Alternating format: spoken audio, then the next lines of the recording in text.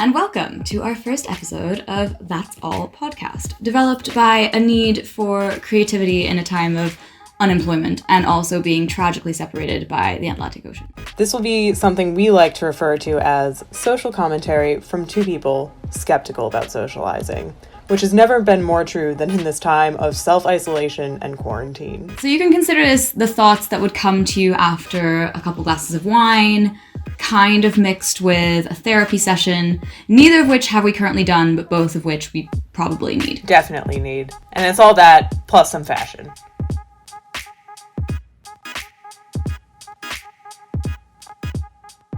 We thought the first episode would be kind of nice to just give you some insights on us so that you know who the hell is talking through your earphones into your brain, which basically means insights on our masters because we met during a fashion media practice master's program at Conde Nast College in London.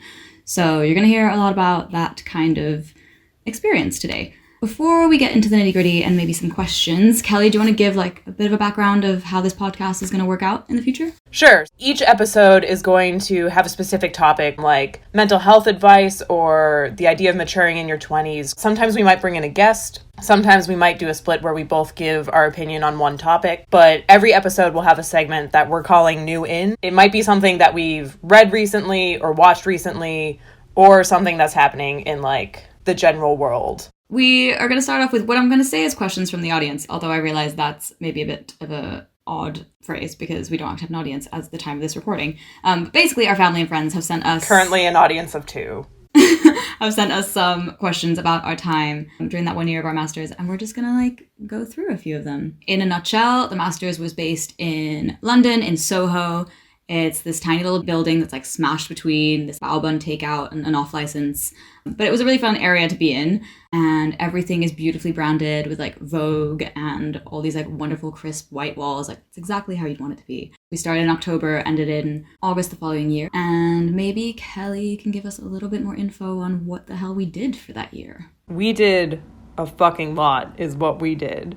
You're officially only in 2 days a week. On Monday and Tuesday, and then the rest of your time is self-directed and self-motivated. So if you're a procrastinator or you don't have clear direction in your life, this probably isn't the masters for you. Things have changed a little bit since we went, but when we went, there were 3 pathways for fashion media practice, which were creative direction, which was just me alone on my own. So sad. Then there was journalism and also business. There was actually quite a few questions, and I think a lot of people are curious about this, whether you're a prospective student or not, is the internship possibilities. This is where we basically get to live out our Devil Wears Prada dreams. So in a nutshell, yes, there are internships. No, they are not guaranteed, and yes, they will be impacted by how dedicated a student you are.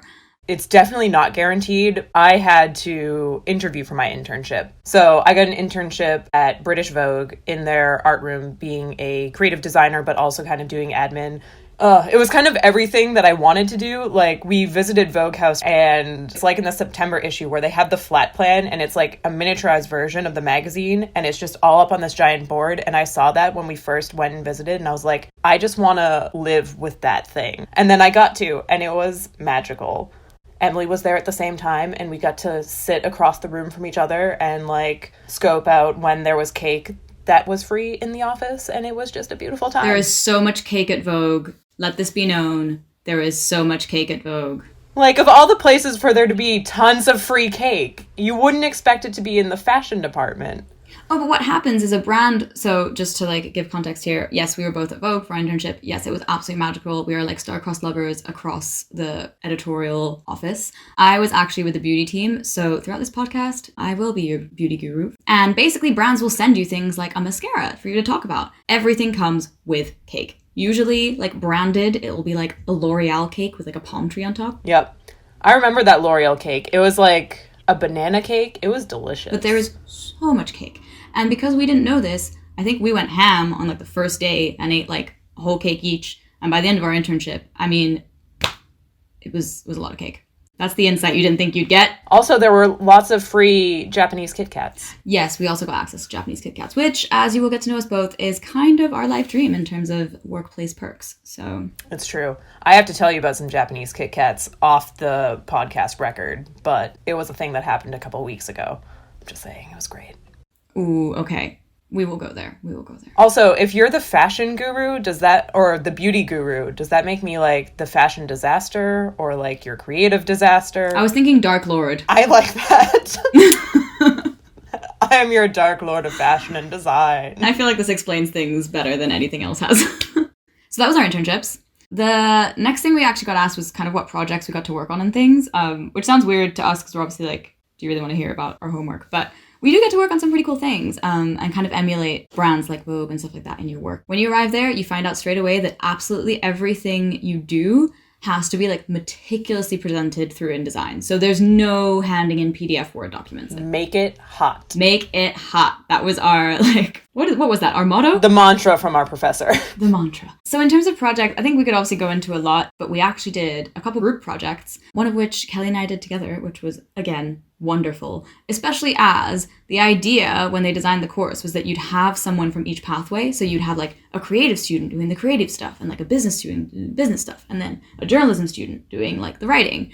And obviously there was only one creative student. We got the one and only, which I was very happy with. I remember the term before when Johannes was talking about pitching this idea of the group project. He was like, we don't know what we're going to do with Kelly. Maybe you'll actually be in all of the groups. And I was like, oh, Jesus Christ. Yeah, maybe you'll just do the amount of work times 5. Like, that'll be fun. So for that project, we actually get, as we said, like, I don't know what we've actually mentioned, but you do get to meet some cool people to kind of give us advice during the project. So ours was a rebranding of the Face magazine. So we were kind of, I think the Face died in like early 2000s, Kelly? Question mark? We're going to go with early 2000s. I don't know why 2002 sticks out in my head, but I think it's wrong. So okay, well, it's not alive now, is all you need to know. And we were like rebranding it as, oh no, well, it is, sorry, that's a lie. At the time of us doing it, it wasn't alive.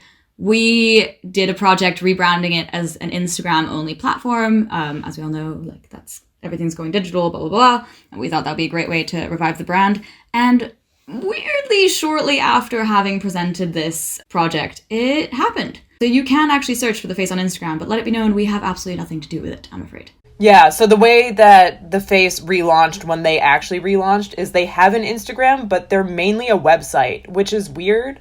I have a lot of problems with their like creative and marketing strategy, but maybe that's just They should have come to us. They really should have. We should point out there were 2 other people in our team. It wasn't just the 2 of us. There was another journalism student and a business student. Yeah, this was not just us 2. Yeah. So we did this whole project, and then at the end of the project, you have to give a pitch to industry professionals. So you have to make it hot. Make it hot.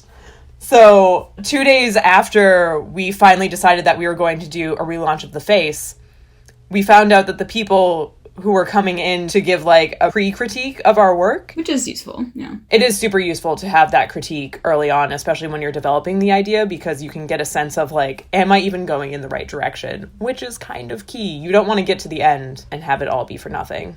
But the 2 people who came in were Ian Birch, who... Did he work at the Face? Yeah, I think he did. He was so lovely. He was so lovely. And he's a cover designer and has been in the industry for forever. And actually, the first talk that we ever went to when we went to buy Chloe and then took the bus up to the British Library, which was a magical experience, was Ian Birch on cover design. Yeah, we actually went to a talk from him. This is the kind of stuff you get to do. It's kind of like any uni. It's also up to you to like take the opportunities that are given at you. You won't just be like sent to the talks, but you'll be told they're happening. And if you go, it's pretty cool. And then the other person was Marcus, who was just, again, wonderful. And he had, I think, started at the Face and now works at ID, if I remember correctly.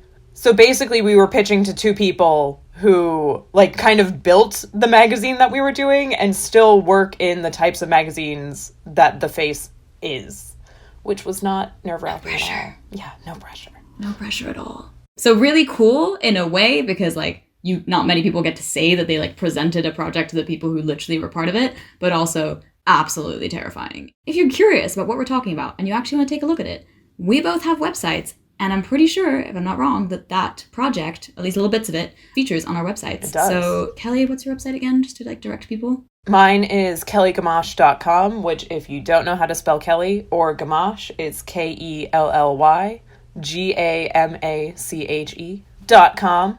Mine is pinchofginge.com. If you don't know how to spell pinch of or ginge, then I think there are deeper issues you might need to discuss with a therapist. But yeah, you can find it there. So if you guys are curious, please do head on over there and find all those wonderful things. The next question, I thought this was quite cool, and definitely one that I feel like Kelly will have more insight on, because I think as a creative student, you went on like shoots and sort of like excursions more, which was, what places in London made you feel like you were part of the fashion community and like photography community for Kelly? On my side as a journalism student, I think the college itself definitely does make you do that, but you also do go to Conde Nast International and Vogue House, as we've mentioned, aside from the internships. And when you're in there, as more than just like a random guest, is kind of like part of the family, that's a really good feeling. It makes you feel like you're where you're meant to be in terms of your goals. Definitely. So for me, it was definitely those things. But then anytime I was on any sort of photo shoot, which wasn't necessarily a specific place, anytime you're in that environment, it just felt like you were where you were supposed to be. As far as getting like creative inspiration, museums and galleries were a huge thing. Or like we went to the V&A archives and got to look at dresses from like magical, like dresses that the Queen wore and they have in storage. Victorian dresses. Yeah, like old Dior and other couture dresses. It was great. It's the kind of stuff as well that like, it's cheesy, but it's the stuff that keeps you going, because it's very like inspirational and it shows you like the history of everything. And instead of just being like confined to like a library space or like a classroom educational space, you do a lot of stuff that's very like industry related. And I think that's really encouraging when you do have those times where you're like, oh my God, like I don't even know where I'm going to end up after this. Right.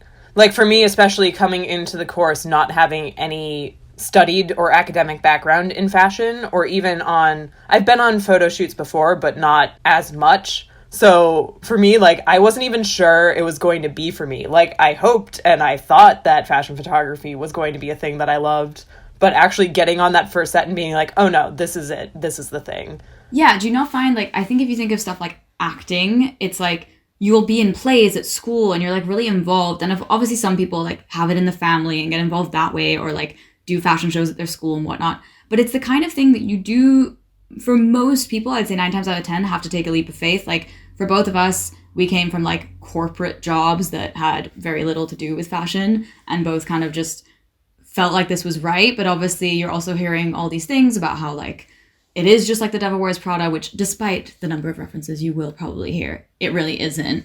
And yeah, it's kind of nice, at least when you get there, to have these moments like working with the people who are in it, who are also still happy people. Like, it's nice. Yeah, I remember before, when I had applied to the master's but didn't know if I had gotten in yet, my dad would come out to visit sometimes. I remember him being there once, and I was like really excited that I had applied, but really nervous about whether or not I'd get in. Like, we both kind of said, but what if you don't like it? And I was questioning myself. I was like, what if it is terrible? What if it is everyone's just like a tiny like stick person, super tall, really blonde, and just hates everything but like one French designer? But it's not. I mean, I think everyone's actually, we didn't plan to talk about this, but I think it's quite nice to touch on, is our story of like kind of telling your parents. And it's quite a funny feeling to have when you're, you know, not 16, telling your parents you want to like, I don't know, go traveling with your boyfriend or whatever. Like you kind of, it's an independent decision in some ways. There's obviously financial implications. We don't need to go into that now. But I think there's quite a big deal to telling your family that you're going into this industry that has so much like, I don't know, what would you call it? Like negative reputation? Yeah, that has a reputation and just like preconceived ideas of what people are like in that industry. And let it be known, by the way, you are going to meet difficult people wherever you are in life, no matter what job you're in. It is not only in fashion. It is not only in the passion areas. You will find that corporate politics do not end after high school, sadly. So that was pretty obvious straight away. But telling your parents, I mean, I don't know, maybe finish on Kelly's story, but you obviously told your dad and you're both worried whether you enjoyed it. But did you feel like you had to defend wanting to go into fashion to your family a lot? Yeah, because I had never technically expressed an interest in fashion before that. It just kind of came out of the blue for them, especially being who I am. Like, before going to fashion school, I wouldn't have said that I have a sense of style. Like, what I have worn throughout my whole life has been a little bit weird, which I guess is kind of how all fashion people come into it. I guess just if you had a lineup of, like, everyone from my high school, me being the person who goes into fashion, no one would have called it. So it just came out of the blue. They were like, what do you mean you want to quit your corporate job where you have 401k and dental to go into fashion? Like, what? What are you talking about? I mean, that's a whole other topic as well, of people being like, but why? Like, you're fine where you are. And I just think, like, I've always been about that. Like, yes, I'm fine where I am, but I don't just want to be fine. And I think people really struggle with that on my side, too. It was like, not my family so much, but I think even when I talk to people, they're like, but you had like a well-paying job and you lived in Switzerland, which is just like heaven with some mountains and chocolate on it. Like, why do you want to go live in like this like dungeon in London, which more on that later. But yeah, it seems odd to people. And it's one of those industries that's very compared to acting, where everyone has like very little faith in your success.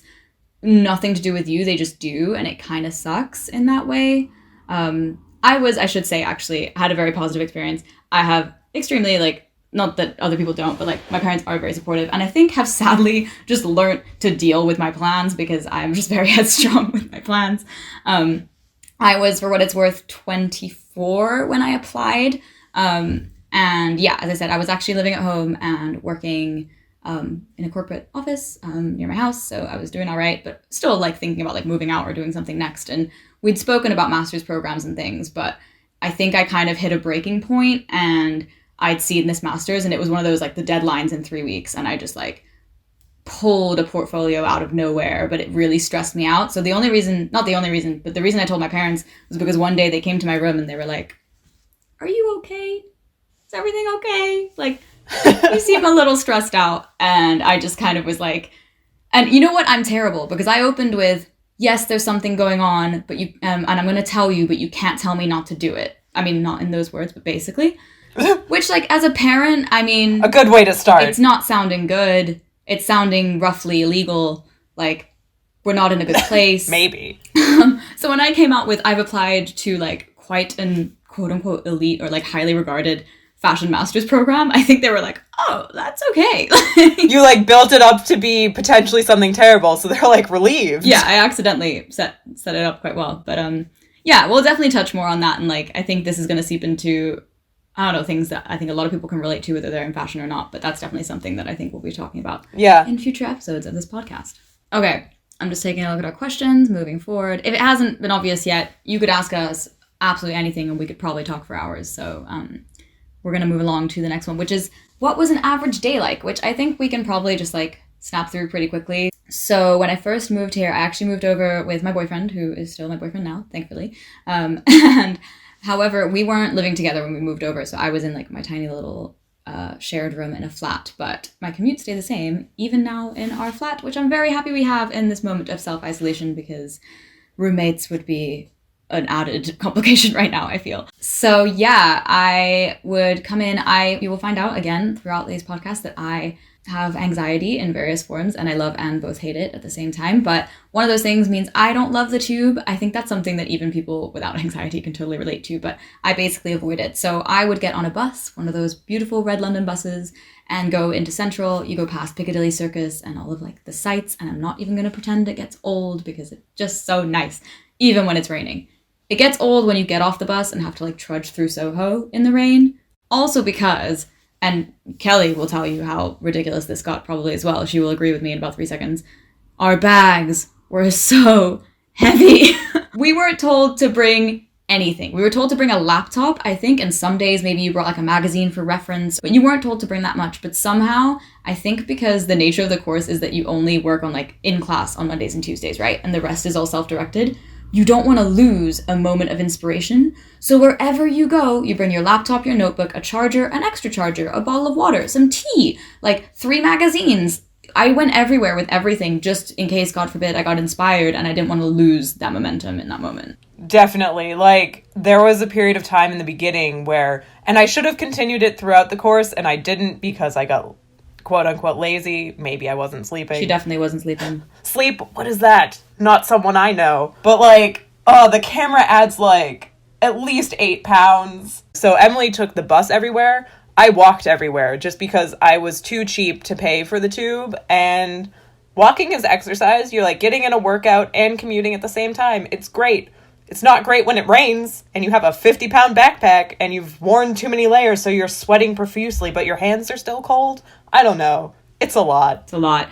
Moving to London for both of us, we realized that you're just always going to get the weather wrong. Like, you're always going to dress with too many or too little layers, and you'll bring an umbrella on the days it doesn't rain and you'll forget it on the days it does. Like, you just have to live with discomfort at least twice a day in London. It's just is what it is.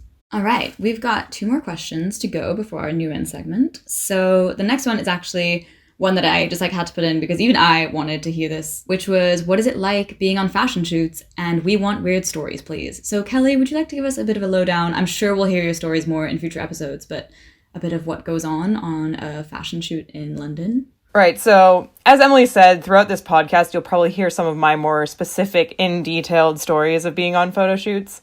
So for now, I'm just going to give you a pre-prepared bulleted list.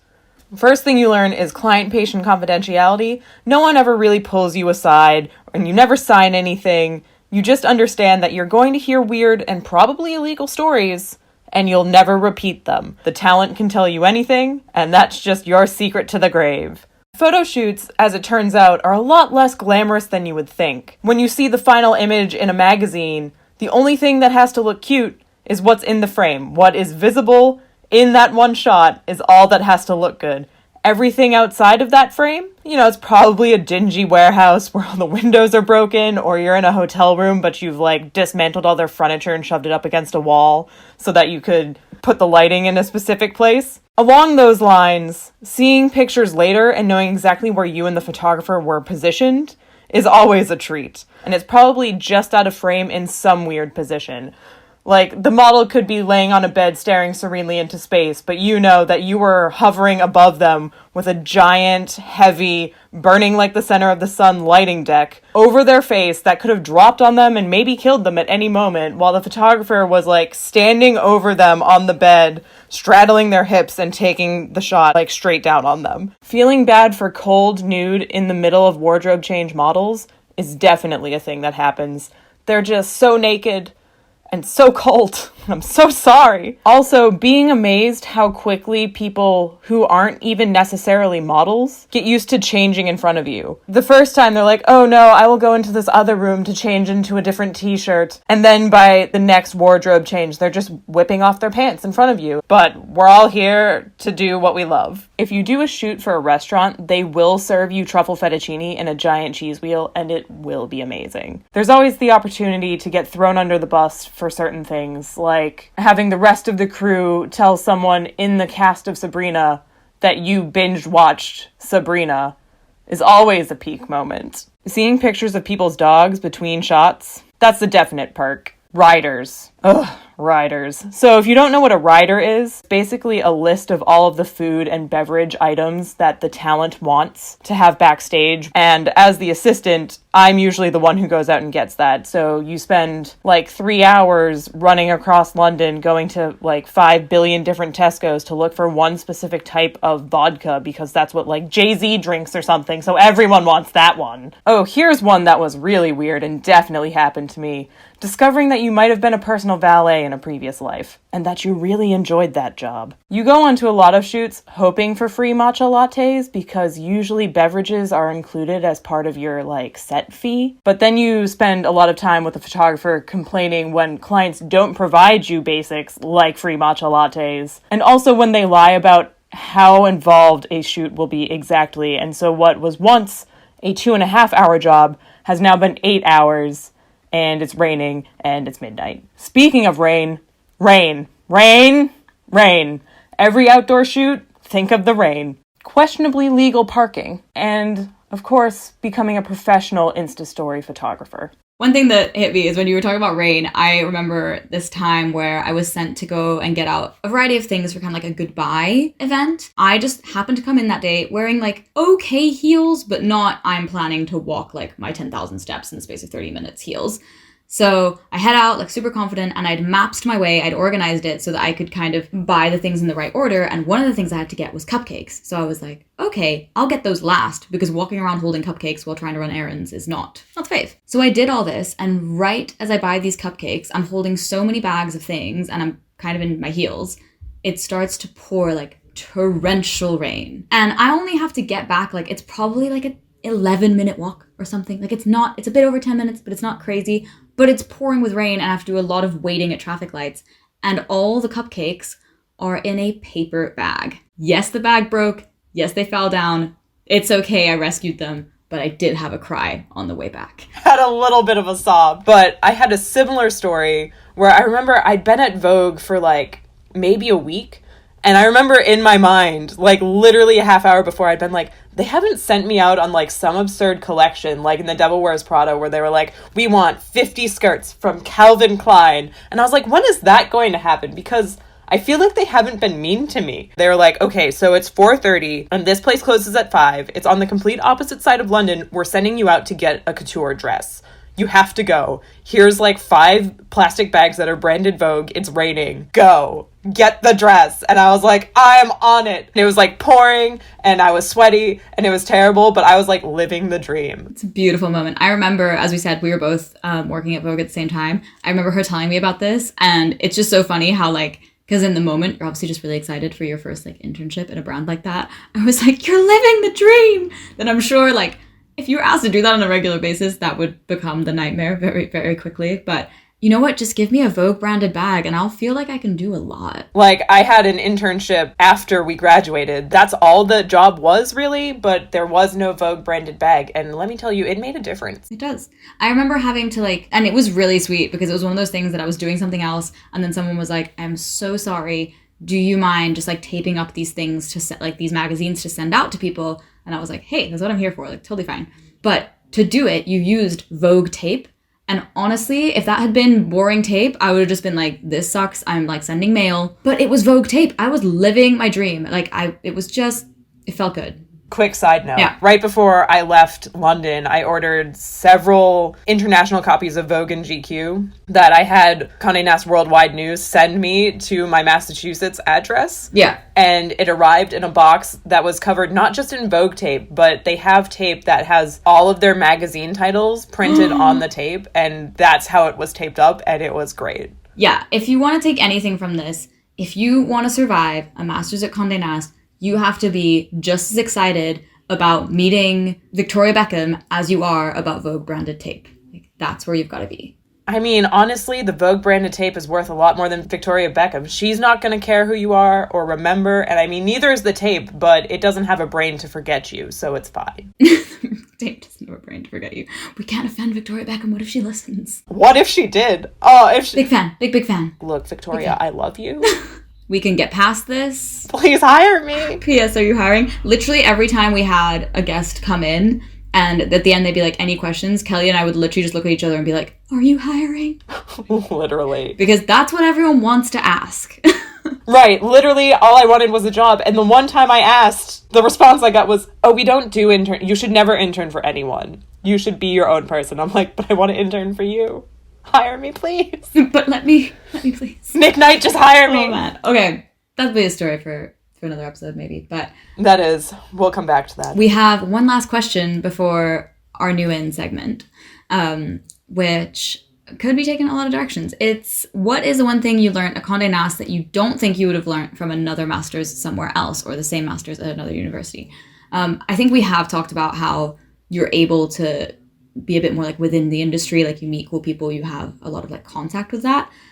For me personally, I would kind of summer it down to one thing, which I think would be kind of validating my knowledge, which sounds a little weird, but I think for a lot of us before we go, we're into fashion in different ways. Some of us haven't necessarily labeled it as fashion. We're just kind of creative, or we have our own passions in whatever form they come.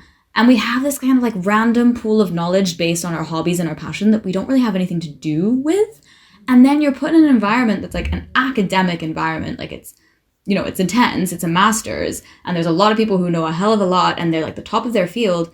And they'll ask things like, do you know who the editor of like this magazine is? And you know, and that's valuable there.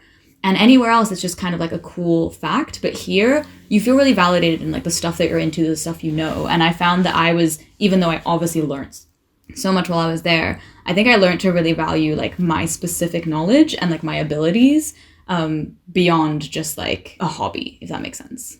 Yeah, definitely. I think my response is kind of along the same lines where it's like, It's weird because I looked at some other fashion master's programs, but I didn't really, because as soon as I saw this one, I knew it's what I wanted. So it's not like I really debated the pros and cons of other colleges. Like, I looked at them, and then what I really liked about Conde Nast was that it was more of like work experience almost. It seemed more of the industry, like you said. But since I didn't really look anywhere else, like, I knew I was coming to Conde Nast College. I wanted a job within Conde Nast. That's what I was going for. But things like doing the Vogue internship or working with guest lecturers and having them critique your work, this idea of not just validating your knowledge, but realizing that you have the skills to be in the industry, even if you didn't think you did before. Like, being at Vogue showed me that even though it's a high-end magazine, it's not that the people there aren't doing amazing work and are great at their jobs, but they're just regular people. You know, like, I could do one of those graphic design jobs, not in a, like, hyping myself up way or, like, bringing other people down. It's just, like, they're just people who happen to be working at Vogue. And you, too, could be a person who wants to work at Vogue and could get there if you do the right things and try hard enough. It makes it much more tangible. Right. It's like you can reach out and touch it. It's not just, like, some fantastical dream. It's something that you could do. And I think realizing that was probably one of the best things that happened on the course. Yeah, for sure. So we've kind of gone through some of our questions. Now we're going to start our new in segment, and we're going to talk about a movie called Hustlers. So Emily, would you like to introduce to us what that movie's about? Of course. So the movie came out roughly, was it September last year, I believe? It stars Jennifer Lopez, which is already a wonderful start to things. It's a movie which is actually based on a true story, is the first thing to note. It is about strippers in a strip club in the 2008, so right as the financial crash happened. Jennifer Lopez plays one of, like, the OGs, an established dancer at the strip club, and she ends up sort of going outside and ironically smoking a cigarette in her underwear and this wonderful fur coat and her Perspex heels, and just giving her wisdom to the new girls of the club. During all of this, the financial crash happens and the club really suffers. Basically, Jennifer Lopez and obviously the other actresses all get really tired about how they're working so hard and earning so little and how they're struggling.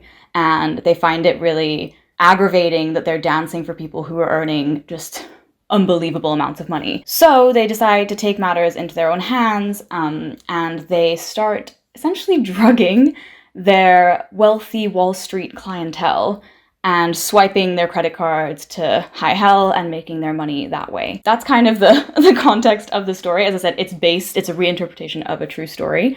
But there was, like so many things, a lot of talk about this on the internet, and some issues came up. It made some waves. So I'm going to hand back to you, Kelly, if you want to maybe give us an idea of why people had a problem with Jennifer Lopez shaking her thing. I don't know why people have a problem with Jennifer Lopez shaking her thing. She's been shaking her thing for years. But anyway, there were a few problems. One is definitely the thing, like, even though it's a female-led movie, it's that discussion of, oh, well, they're strippers, are we just sexualizing women, blah, blah, blah, blah, blah. Like, kind of a valid point, but also this is a movie about strippers, like, calm down. And then some of the secondary problems revolved around this idea of men were really against this movie in some ways, because it's an instance where sexy women are degrading them, and that's not something that happens a lot in our culture, so it's almost like a lot of men felt kind of attacked or victimized in a way that they weren't familiar with, where, like, in media and film and books and just general storytelling, how often have we seen the woman degraded? But we've kind of become numb to that because it happens so often. So men experiencing this was almost a new thing. And then what kind of came out of that was this idea of people are so focused on everything being black and white and not looking at the shades of gray. So it's almost like, well, this is a movie about women, and some women were really excited that it was all female led, but then, like, it degrades men, so therefore it's bad. What came out of that situation is this idea that, does media have to be everything? Almost in essence, in order to make a stance on something, you can't be perfect in every way. It's not necessarily media's job to wrap things up in a politically correct bow all the time. And then on top of that, men feeling degraded by this, is that valid? Do men have to look at, like, oh, women have historically felt this way, therefore I'm not allowed to? It's an interesting conversation around those things. Yeah, definitely. I think obviously this idea of, can the two be mutually exclusive? Can we say that there was a problem on how women have been portrayed, but then treat this as its own problem? I think we talk about this even in like your own problems in life. Yes, there are children starving in Africa. Does that make your day much easier? Not always. And how much should we take in that context that there is this history? Obviously, these are much more intertwined because they are representation of a gender in media. But, does that have to weigh in? I think for the most part, it's obviously important that we don't reward things with problematic messaging. It would feel incorrect to have a film that portrayed women or men or race or whatever it was incorrectly or insensitively winning an Oscar. That wouldn't feel right. But I think what we've both taken from this, just having a small chat, there is a bit of weight of media trying to be everything, diverse and politically correct, that there are going to be some gray areas, like you said. And I think we have to be open to those and just know the right way to distribute and consume them, Right. I think kind of the main thing is that, I guess, art imitates life, right? Life is complicated. There's lots of opinions. Not everything can be perfect. So sometimes you just have to enjoy something for what it is. And as long as you recognize some of the flaws, you can still enjoy it with those flaws. We could obviously keep on going about this. There's a lot to dissect here, but I think that sums it up really well. And having just rambled all your ears off in episode 1 about our time at Conde Nast, I think that's a nice little taster of what our new sections are going to be like in the future. So I think for now, that's all.